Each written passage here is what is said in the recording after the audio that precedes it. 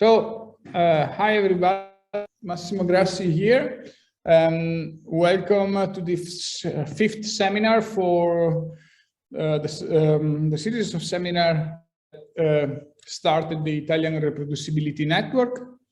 Today is a great pleasure to have here, actually I have here in person in front of me Franca Agnoli is a professor of methods here at the Department of, oh, it's too long of your department. Department of Developmental Psychology and Socialization, okay. Here in the University of Padua. And Franca has been invited here because Franca is one of the first scientists here in Italy that started investigating questionable research practices here in Italy.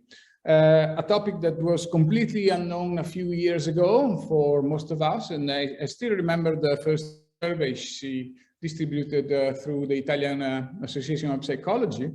And actually, a few years ago, Franca was suggesting us that we were doing our research wrong, but we were not believing her. Now, perhaps I think people are starting to change their mind.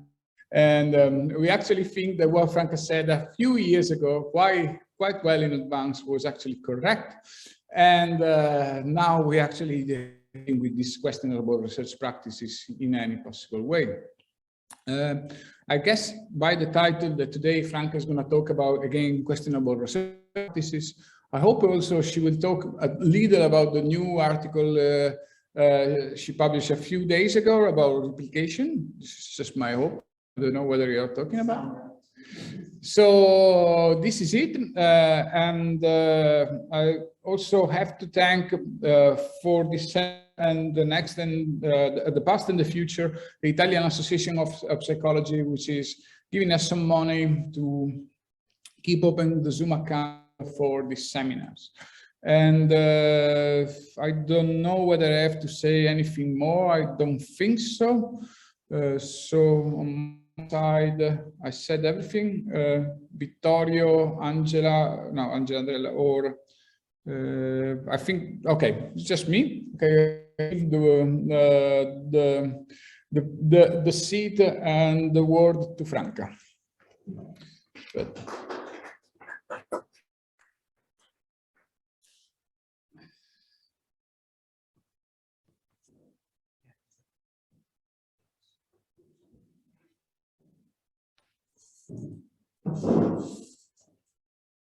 hello, everybody, and I thank Massimo for the introduction. Today I will speak about the prevalence of questionable research practices and scientific misconduct. So, does it move?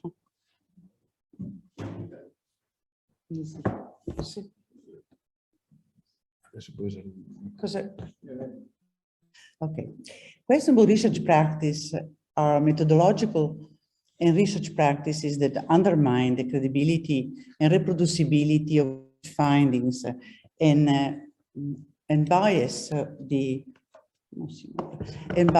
scientific literature. Usually, they concern the exclusion or manipulation of data that are not consistent with the research hypothesis. Already, Ioannidis in 2005, a very important article, he argued that over 50% of published results in the biomedical area false due to biases associated with QRPs. Since then, substantial evidence exists that QRPs have biased psychological research. So let's think about the negative effects of QRPs. As Nelson and collaborators, co-authors wrote in the annual review of psychology, titled Psychology Renaissance, they pointed out contradiction. If you look at published results in the psychological literature, almost all show statistically significant results, almost all. But if you look in the traditional, let's say, psychological literature, studies almost always were with low statistical power. So actually, these are studies in which significant results are theoretically unlikely. So what's the explanation for all this? The explanation is that experiments that work, in quote, are published. The others end up in a drawer, the so-called file drawer problem. So Nelson and Simons, they say that studies that works are published thanks to the adoption of QRPs, but these are actually failures masquerading as successes. The negative consequences that are quite obvious are overestimation in the literature of effect sizes and the so many false positive, as Ioannidis before had said, they were present in the biomedical field. Let's see the researcher decision. How researchers have flexibility in the design, in the conduct of the study, the data analysis, and also in the final report. Those are called the researcher degrees of freedom. That's what Simons and Nelson and Simonson said in the very important article about, in fact, titled False Positive Psychology. Three categories, we can say, of behavior that transform research from unpublishable to publishable. And there are what's called cherry picking, we'll say, p-hacking and arcing. Is cherry picking. Cherry picking do not report variables, do not report condition, do not report treatments whose inclusion to statistically significant results. And Franco and co-authors show that many studies, studies do not report all their measured and experimental condition. At the end, when we will talk about the importance of transparency, we will talk about, of course, we know that there is a reason at times not to report everything that you measure, everything your experimental condition, but it should be, of course, we will see, done in a transparent way. What's p-hacking? The reason for terminating data collection are often not reported, as Lebel and collaborators showed in 2013. Deciding to collect more data after checking for statistical significance, finish collecting data earlier than expected if the results are statistically significant, choose to exclude individual data after checking if they affect statistical significance, use, let's say, technique, in quote, that make p less than 0.05. What's arcing? Arcing is like hypothesize after results are known. So even though maybe now there's been some discussion but traditionally was common to present unexpected results as they were foreseen from the start. I remember even sometimes even professor, or actually you probably have had some experience with reviewers and editors saying, oh, well, why don't you change the introduction so and so? This was very common until a few years ago. And myself, I had battled against this. So psychologists also report results.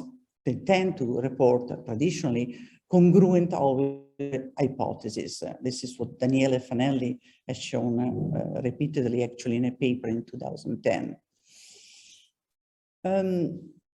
So let's see, in a paper that I find particularly important by Kelman and Locken in 2014. This was published, The Statistical Crisis in Science, Data-Dependent Analysis, was published in American Scientist. They say the p-hack is generally understood to mean fishing for statistical significance. That is, conducting a variety of different statistical manipulation and reporting only the analysis that yield the desired statistical results. They think it is more likely, this is, that the researchers choose analysis after looking at the data. Selecting the analysis after seeing the data has the same problems as p-hacking. So in this paper is a very interesting hypothetical example, shows to illustrate the garden of 14 paths. The article was published in 2014, so they were referring a little bit about the 2012 presidential election in the United States. And they said, suppose you want to think about it, Democrats and Republicans differ in mathematics performance when the problem is set in different contexts.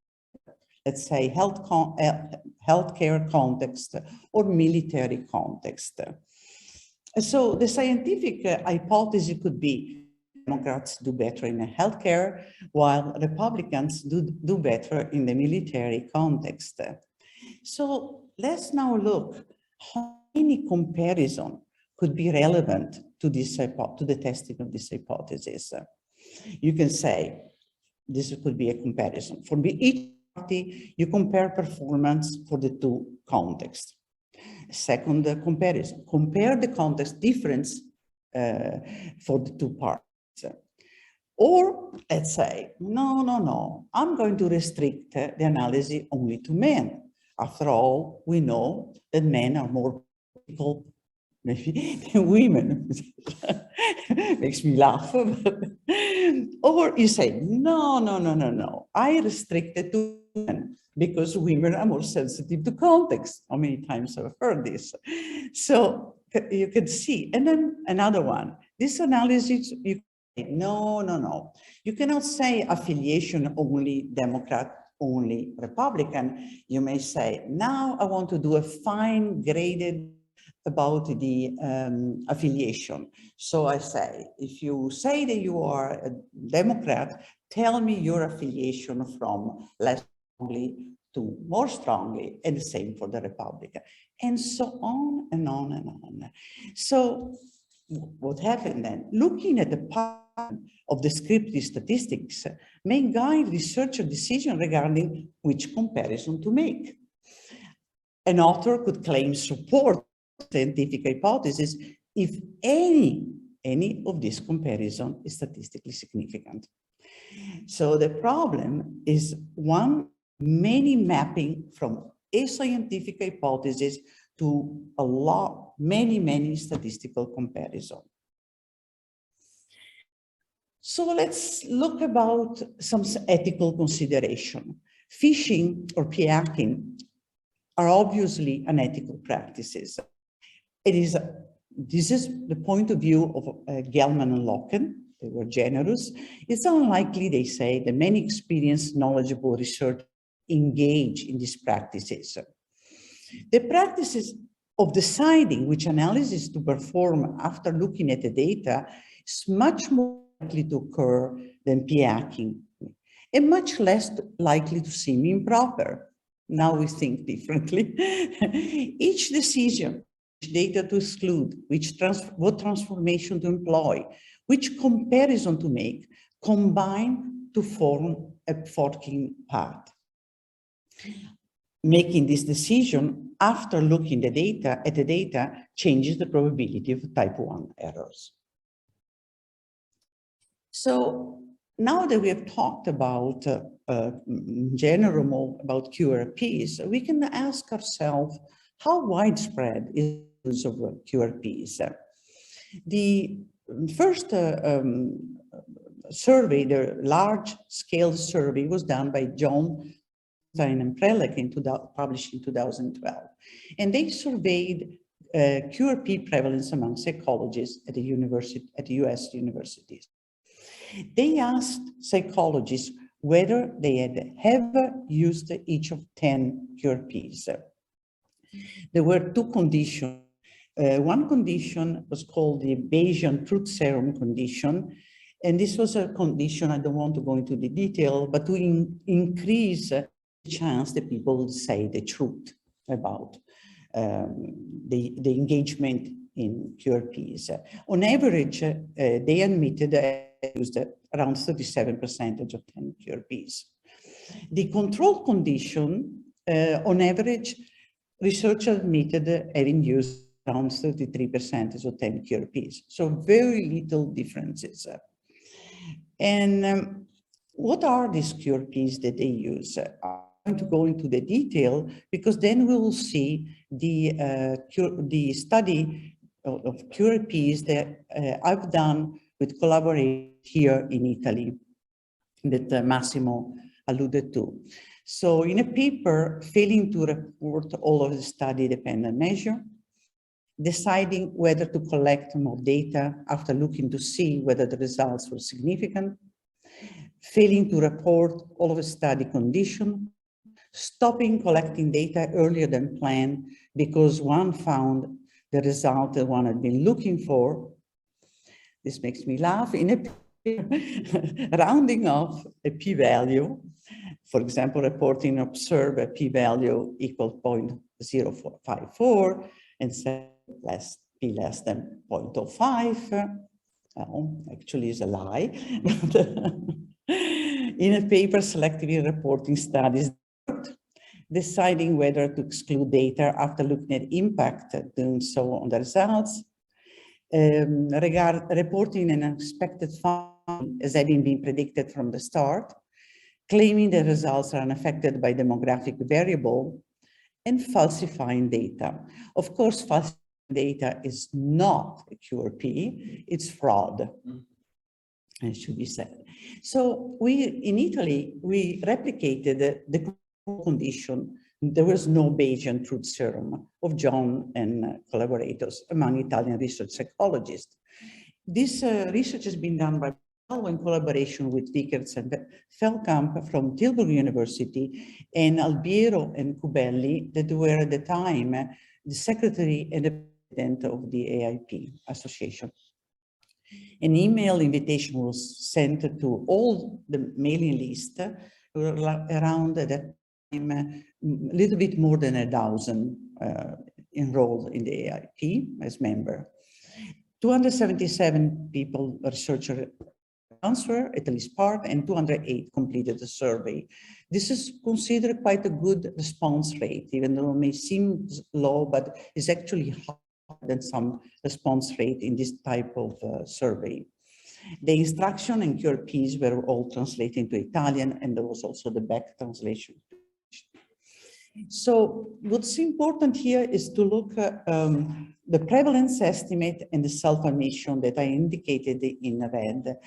For each QRP, it was asked, estimate the percentage of Italian research psychologists who ever employed the specific QRP.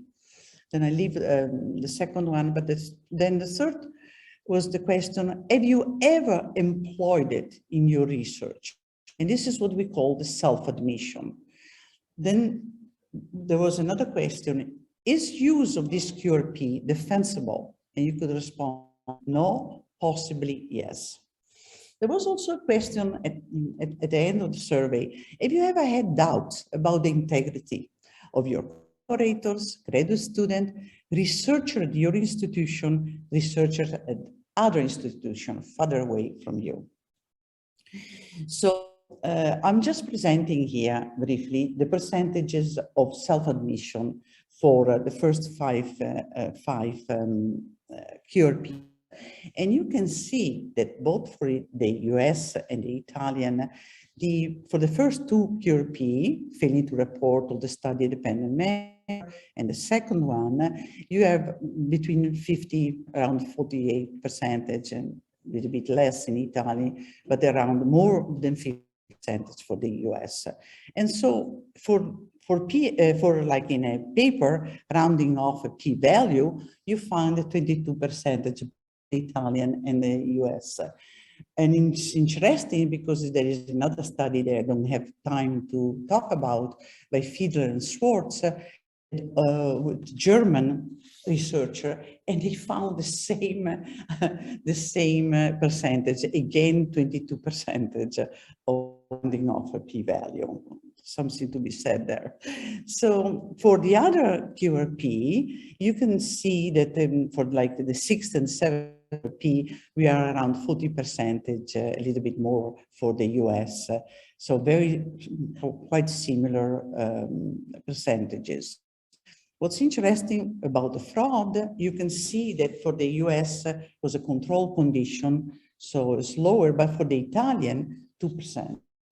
This I should remind you that this is self-admission. So obviously we can think that it's an underestimate.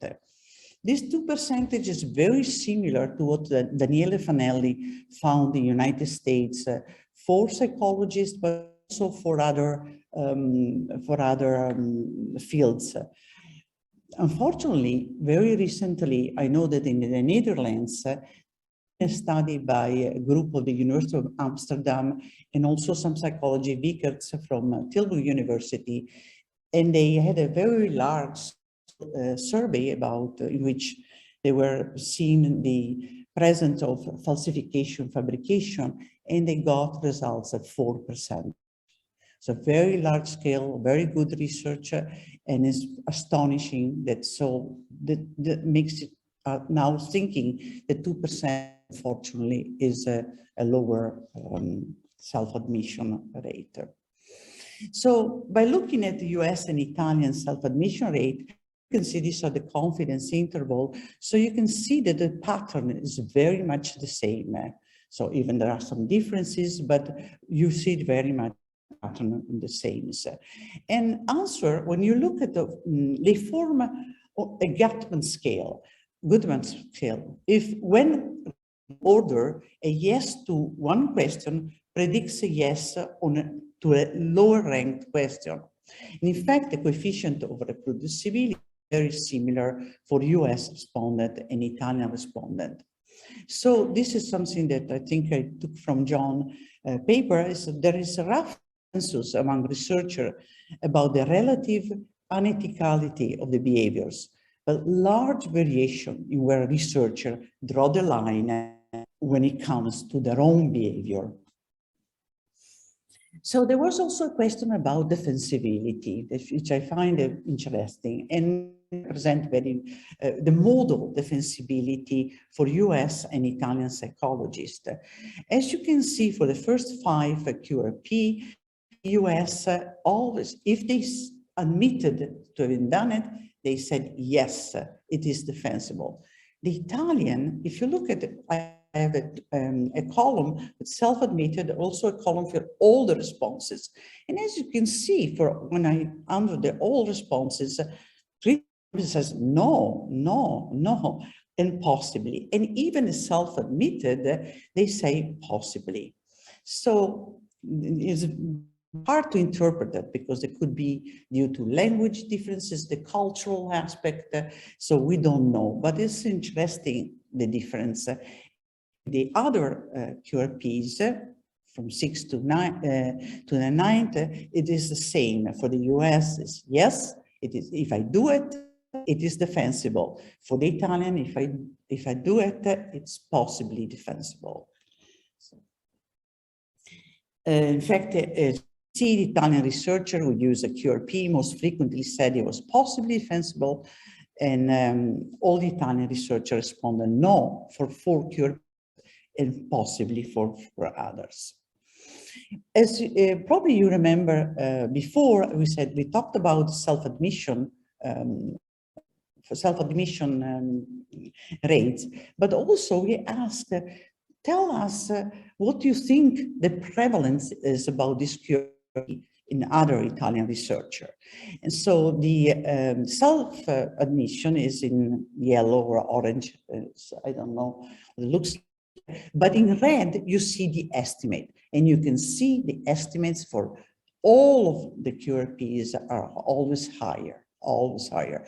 What's interesting in a very sad ways, I think, if you look at the last one, falsifying data, while 2% said they self-admit to falsify data, 90% they think they worry about people falsifying data. And I just leave it there and I don't comment. Distribution about doubts about integrity. There is very interesting. This is the same as we in other research that you tend to think, no, never yourself. Never, I'm, doing very well. And the people that work with me, my collaborators also are like me. But then when you move further away, you worry more about the researcher at other your institution, and even more about researcher about other institution. Again, not a very nice, these doubts about integrity seem to be very strong, it seems to me. Just this intervention. So what we will say, well, this is, this were published, also my paper with collaborators was published in 2017. Maybe things have changed. There's been so many papers about crisis of replication and so on. So this, I just came across this paper by Canadian psychologist student, and Moran and others, and it's a Psych Archive, and they investigate, just published investigated the frequency and reason for QRPs among psychology students at Canadian University. You will say they are in graduate school now, and you expect that this data were also, I should say, collected in 2020. So they had times all to read about all this new article. And so what we found out, there were 40% undergraduate and 60% graduate student. And they did an online survey, and for each QRP, students report frequency of their own use, the frequency of seeing others using it is important, and then it would be the opinions of the acceptability. So in this, here in the column under QRPs, I p-hacking, not submitting no results, something that we didn't do in the previous research. And I divided between self and others. So let's just look PhD student. Oh, I should say that among this master and PhD student, half of them had done a published paper between 1 and 5 papers. So they were knowledgeable about the publication process. And as you can see, I take the column, the PhD self, they say 61%, oh, we are using PN. 47%, oh, we do not submit no results. No. And so even though there's been so much talk about, yes, you should try to submit. These are younger people who should be doing the right things. But what's worse is like, what did you see other people doing it? Oh, themselves, the PhD people say 81%, they do p-hacking. And 76% of, oh no, they do not submit no results, and so on. So these are, it's like we are not, we older than we should be teaching them. We are not doing our job. We're not doing our job. You can see also the acceptability ratings. And if you look, it could go from not acceptable to completely acceptable. And if you look the first column for not acceptable, the Canadian student says, yes, it's not acceptable, especially option stopping, excluding outcome measure, or rounding down p-values, they know. So Canadian students know QRPs are not acceptable, use them anyway. Why? There's a lot of, it's quite interesting. I went and read all the open-ended comments, and students wrote validation or incentive to use a QRP, pressure to publish for academic process, and this is very bad, recommendation from supervisor to use QRPs. Among the justification, we see when practices are transparently reported. When at the end, we should see the solution, and the solution for a better progress in research we will see that transparency obviously is helping, because if you say the reason why you do it, maybe it's questionable, but at least it's in the open and can be discussed. So the interpretation of results from Canadian students, because students see other researchers use QRPs frequently, these practices are normalized in a Canadian research setting. As I should remember, these data were collected in 2020, so very recent. There's been something similar done in Europe. Krishna and Peter and Sturmer and other found the QRP use by a research mentor predict student QRP use. So this is like appealing to the teachers of methodology statistics, please do your right job. What does we can think about, well, we talked about researcher, we talked about graduate students. What do you think the public think about these research behaviors? And there has been a large-scale survey done in the United States. They found that the United States public believe data fraud, it's not surprising, but also selective reporting in science are serious misconduct. This is a study done by Pickett and Roche in 2018, published in Science, Engineering, and Ethics. And of course, they say morally unacceptable, almost everybody. But as you can see, 71% of this participants were Amazon Mechanical Turk. So, you know, there's always some issue, but it was a very large scale, and the 71% says the selective reporting in science is morally unacceptable. The public, at least if we take this data, thinks science is important and must be well done.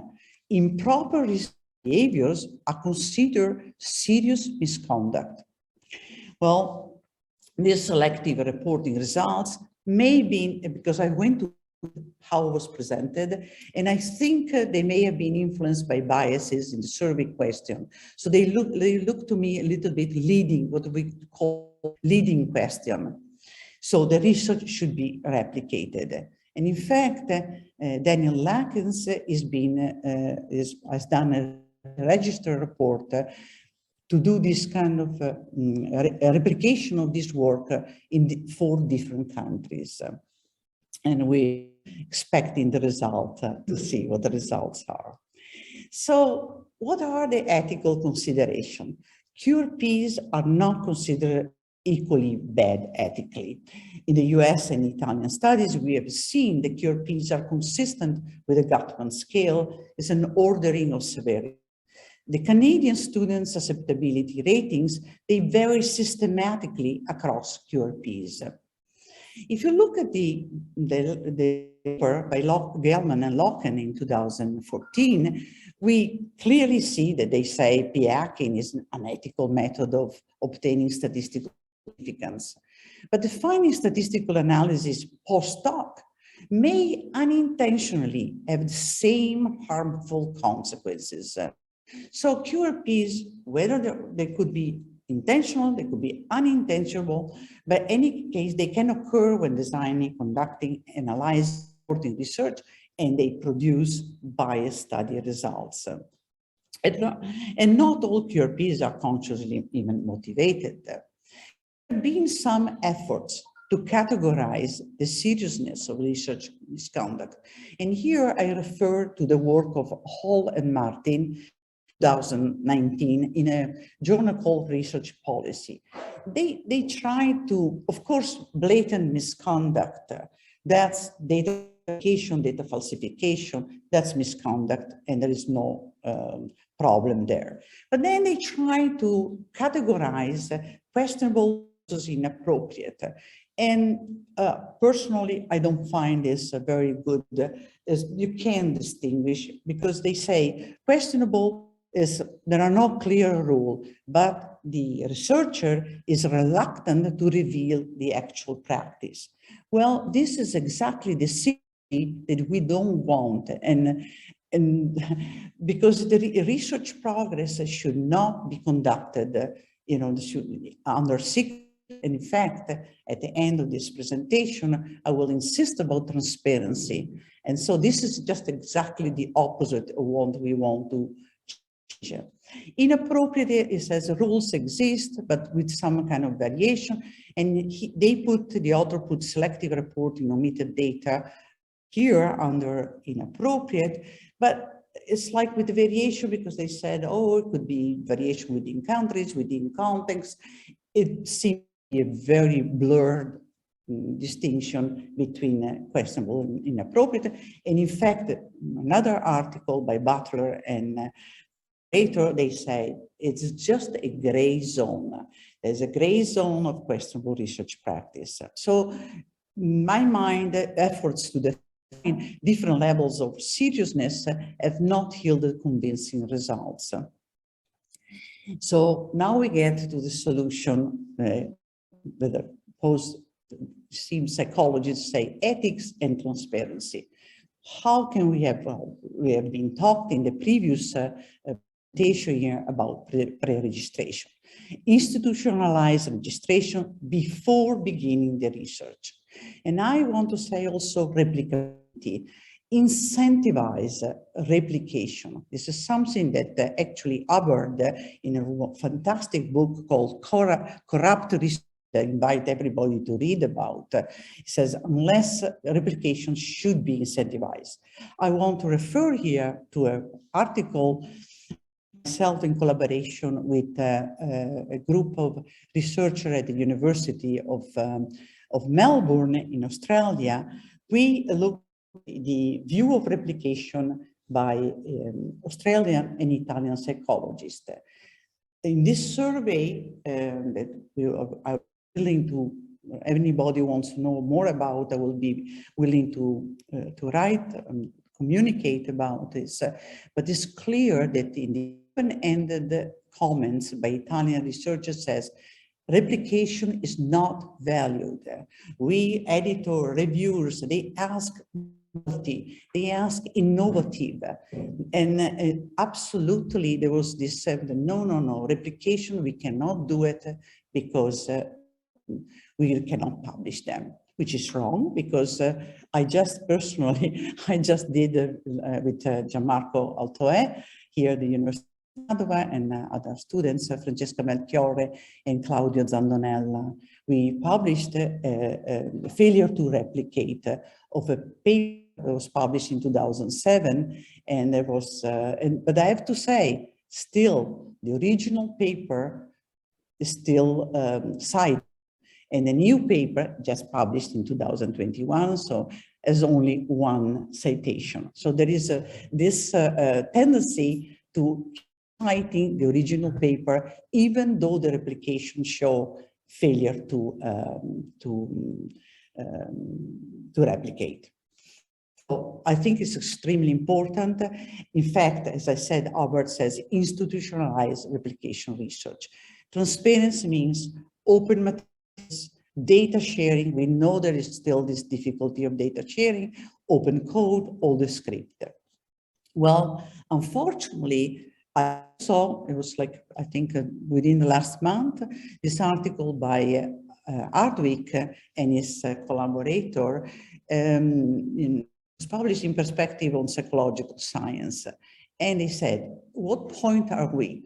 Well, slow progress toward transparency. We looked at 250 psychology papers published between 2014, 2017. So for maybe improving, but this is what we have now. 14% provided material, 2% provided the raw data, 1% provided analysis script. This is very, very bad, of course. So the invitation is early career researchers, you can accelerate the progress. Pre-register your research, make all the materials, make all your raw data, all your analysis code publicly available. So we are now at the end of this presentation. I want to refer what at Center for Open Science, the widespread adoption of ethics and transparency, they say, requires a multi-level change in the research culture. Yes, this pyramid represents the levels, and the text close by says how each level contributes. And you can see, make it possible, make it easy, make it normal, make it rewarding, make it required. Obviously, early career graduate students and early career researchers cannot do to change the top. You cannot change the incentive, you cannot change the policy, but you are part of a research community and you can help good research practices, normative, and help make this possible and easier. So you can work at a lower level and work in your research community, and you will feel that you improve research to make more open and to good, and also make good for society. Yeah, that there was a violation of research integrity in the Netherlands, where a researcher was basically accused of p-hacking, so the gray area. Yeah. But then a committee said it is no longer allowed, so they put it in as something that is in the black area. So the question is, do you think that these practices shift as a on, that we will turn more and more to black, basically? What do you think? Unfortunately, the situation in Italy, this is my opinion, but I think the situation in Italy is not as good as in the Netherlands. And for the reason is because there is a research culture at the organization level that really is still pushing for number publication, and there is no talking about quality. It's only number. And of course, you know where that goes. Yeah. So unfortunately, you know, STOP obviously was for graduate student. You heard my conclusion to graduate student and early career researchers. You have to battle because you shouldn't be doing what maybe your mentor even said. But what they will, you know, in private, they will say to me, where is my career going? So I think, unfortunately, we have to change. Italy, I think this debate in Italy, unfortunately, at the organizational level, is still not where it should be. Yeah. It's very unfortunate. And yeah. Okay, I just move closer to the microphone because I have a personal question. Yes. Sì. No, we were trying to. No, non funziona. It doesn't work. Anyway, so I have a question myself to Franca. I don't know whether. Okay, and the question is the following one: do you think, if you compare now Italy's situation to 5 years ago, 2017, when you first published the paper, do you think that something has changed, or pretty much the situation is the same? I know that perhaps you have no data about it, but it's just an impression, you know, I mean, talking to colleagues, to students and so on. I think, you know, things got better after 2017 because I was invited in several places to give talks here in Italy. And so there's something that you mentioned to me, that you said, Massimo Grassi said, there has been this explosion, even in explosion of a COVID-19 work. And I've seen, unfortunately, a lot of paper by psychologists about psychological aspects, social and clinical aspects. And I was stunned because I saw some of this paper even still in 2020, when everybody knows around the world that the first 6 months we were like completely, you know, we couldn't do anything. We were at home. And I thought, how these people, how this research have collected this data and published it even? How not good? Well, it just happens that I saw that the group, Michelle Newton and Dickerts and collaborators from Tilburg University, they have done, I think it's a registered report, trying to compare work done around COVID, the last 2 years, of course, with non-COVID, because they think that fast is collecting data and publishing is going to exactly do the reverse of what we're talking in this, what today we're talking. Well, they don't have the data yet. I don't think so. I only saw their report, but it doesn't surprise me. So going back to your question, I think we were moving toward, you know, improvement, at least for a graduate student and earlier researcher, tell them in the long run, it's better to do, you know, why do you want to be a scientist? You want to be a scientist to do good research, not to say, you know, how many publications you have, you know, so, but I worry that this 2 years now, at least in Italy, created some problems.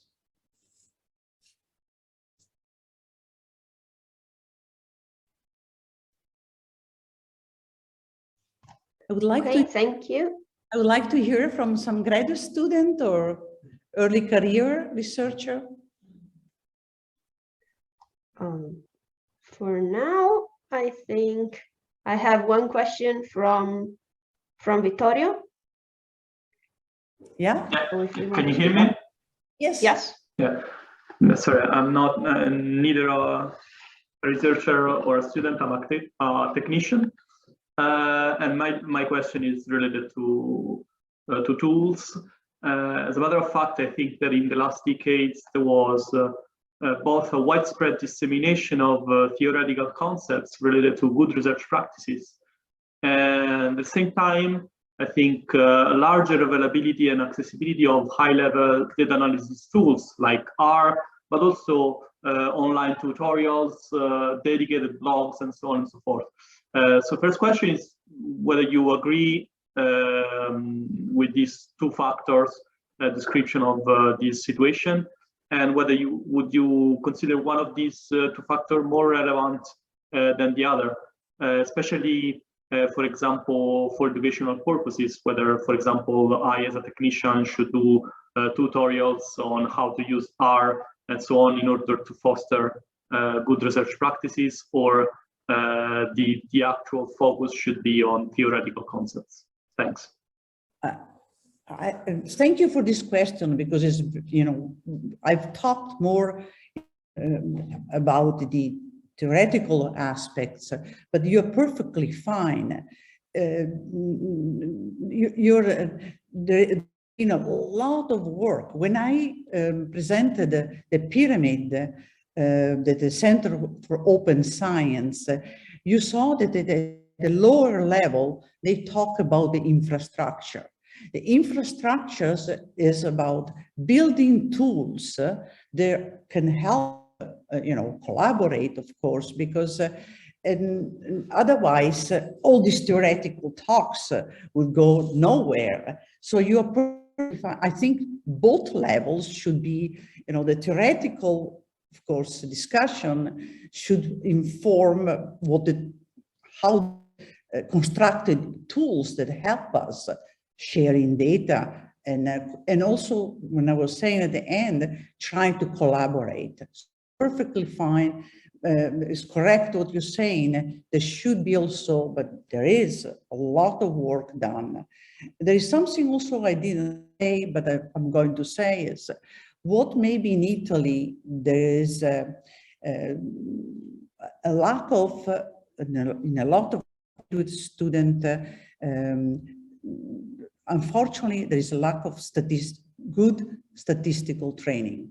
If we don't have a better statistical training, unfortunately, we will not be able to use even these new tools and not be able to collaborate. And sometimes this large team should always include a statistician that can have can help, of course, to solve sometimes some difficult problems.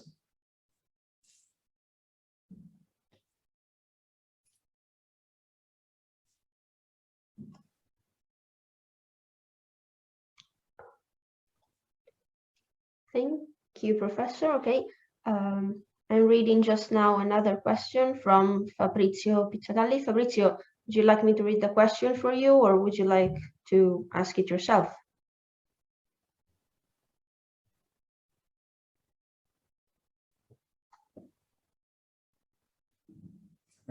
Okay, I read it. So Fabrizio asks, in which country, if there's any country in which it's a bit easier to forego the publication score. So in which country is it possible to build a career without good publication scores? And so if he asked if you think that the problem would rather be global.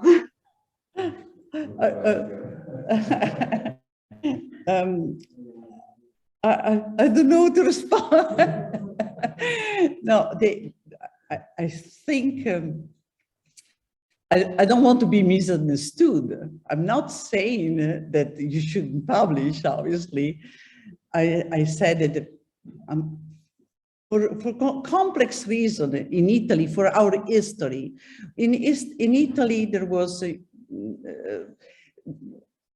partly because of the language barrier.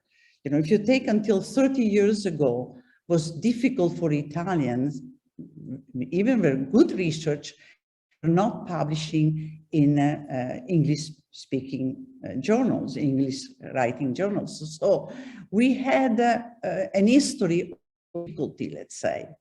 Well, then, for good reason, we said, you know, English is the language, whether we like it or not. That's the convention.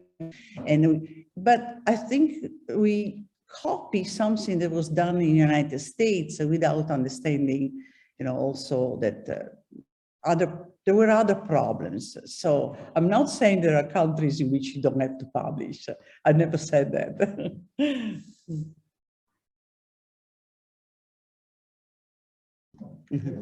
Okay, I have one more question that I was asked to read, possibly the last one if we have time. Yes. I was asked, how does one as a student deal with supervisors who refuse to use reproducible or replicable statistical tools? So for example, such as R, and who outright refuses to adopt good research practices. So what advice would you give a student to deal with this situation? Well, I know that this is a very delicate issue. And I think, I'm just thinking about I see, and this is the reason why sometimes graduate students go along with their supervisor, even though they see that they are asked to do something that is unethical. And I think instead of being, maybe, unfortunately, we don't have, at least as much as I know, ethics center at the department level, unfortunately. And because I think instead of being confrontation only with the supervisor, there should be some place where you can go and discuss. Sometimes could be more misunderstanding, or could be something at a point where you can see there is always an ethics center, usually at the university level. But before going to probably at the university level, you want to do it maybe locally at your department. But I think more and more graduate students should feel like, yes, it is okay. First of all, to tell an advisor that you think that is unethical what the advisor suggested. And if they insist or they do something wrong, there should be, and I think maybe we will have to work for this, have some kind of a ethics and let's say, place where you can go even at the department level. I know it's very delicate, and I think in Italy, unfortunately, we're not there yet.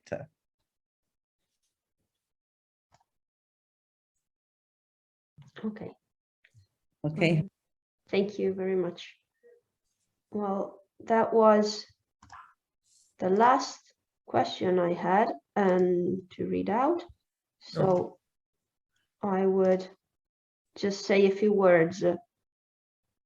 Sorry for, just wanted to mention a few words to close this meeting, if it's okay. So I wanted to thank everybody who participated, and just a few reminders. Whoever requested a certificate of attendance will be receiving a certificate within the next 7 days.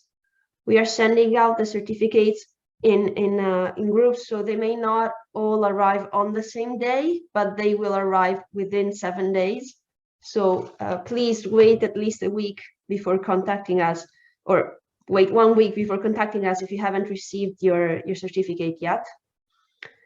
And the certificate we're sending out will be just an email certifying your participation in the seminar. If you need anything different from an email, please let us know by writing us after this event. Besides this, I wish to remind you of next month's speaker, Christina Bergman, who will talk to us about multi-lab studies.